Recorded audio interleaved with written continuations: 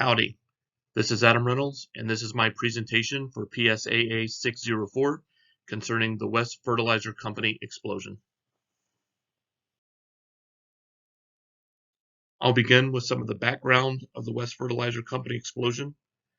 At approximately 7:29 p.m. on the night of April 17, 2013, firefighters responded to a report of a fire at the West Fertilizer Company plant. At approximately 7:53 p.m., the 911 dispatch center received a report of an explosion. The caller indicated that there were many victims.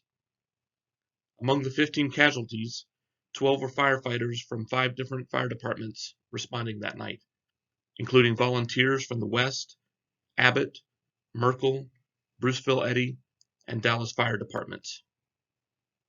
260 individuals were injured that evening. The majority of the injuries were abrasions and lacerations, while some of the injuries range from traumatic brain injury, tympanic membrane ruptures, inhalation injuries, fractures, and sprains. More than 100 residents of a local nursing home had to be evacuated, and nearby schools were closed for a week following the accident due to toxic ammonia fumes. Continuing with some more background on the West Fertilizer Company explosion, there were $230 million estimated in total insurance-related losses. $16 million in federal disaster assistance was provided. It was the most destructive incident ever investigated by the U.S. Chemical Safety and Hazard Investigation Board, and it registered as a 2.1 on the Richter scale.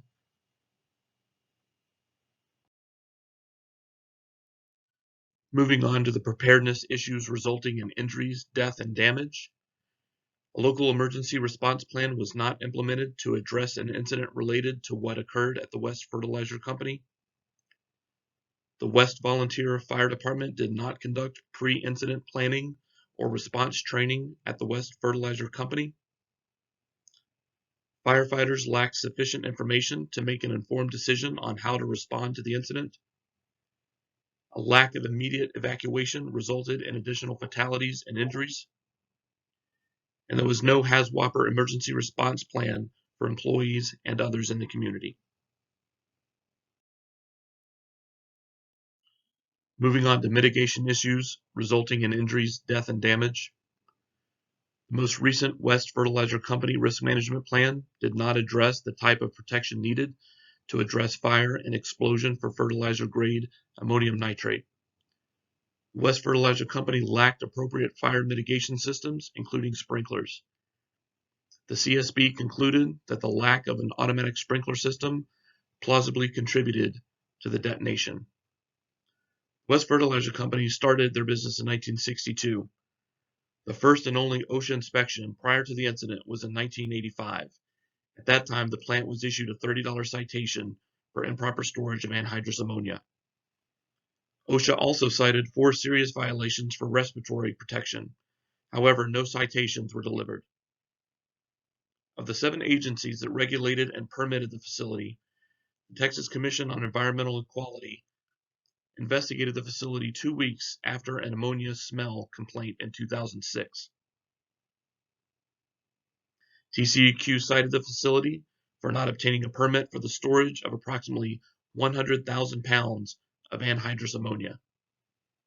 Also in 2006, the EPA fined the facility $2,300 for not submitting the required risk management plan in 2004 for the storage of anhydrous ammonia in quantities over the threshold. There was no mention or citation from either the EPA or TCEQ for the company's failure to conduct a hazardous analysis.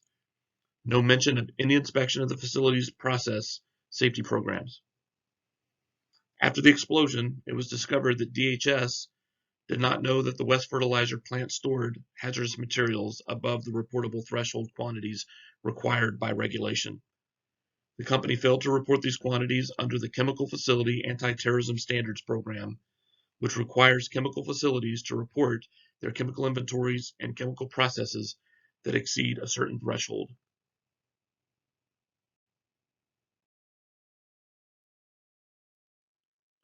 On August 1, 2013, the Executive Order on Improving Chemical Facility Safety and Security, otherwise known as Executive Order 13650, directed the federal government to improve operational coordination with state and local partners for the purpose of improving the effectiveness and efficiency of risk management and response measures. This order charges the federal agencies with improving coordination and information sharing with state, local governments, as well as modernized policies, regulations, and standards, as well as the identification of high-risk facilities, inspections, enforcement, and incident investigation and follow-up. This order directed federal agencies to work with stakeholders to improve chemical safety and security throughout agency programs, private sector initiatives, federal guidance standards, and regulations. It further charges coordination with stakeholders such as representatives from industry, state, local, and tribal governments, non-government organizations, and the first responder community to identify and share successes to date and best practices to reduce safety and security risks in the production of storage of potentially harmful chemicals, including the use of the safer alternatives, adoption of best practices, and potential public-private partnerships.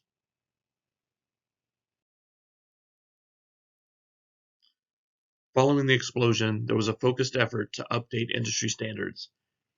The National Fire Protection Association 400 in 2016 requires new and existing facilities to have emergency action plans clearly state that the quote, fire potentially affecting FGAN storage beyond the initial incipient stage shall not be approached by facility personnel, end quote. Responsible Ag is an industry-led initiative committed to helping agribusiness properly store and handle farm input supplies. The program helps members ensure that they are compliant with environmental, health, safety, and security regulations to keep employees, customers, and our community safe. The safety and security guidelines for storage and transportation of fertilizer-grade ammonium nitrate at fertilizer retail and distribution facilities was submitted for the purpose to outline best practices for the safety and security of fertilizer-grade ammonium nitrate in storage and in transportation at fertilizer retail facilities.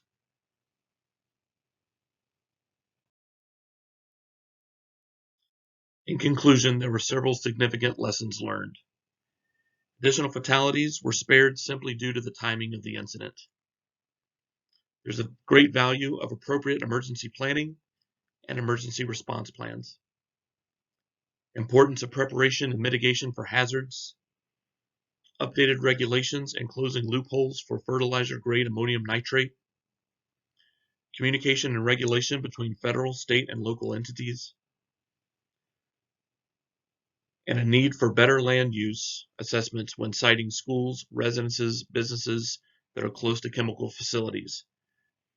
An example of this is the East Texas Ag Supply Fire in Athens, Texas, where no fatalities occurred due to the lessons learned from West.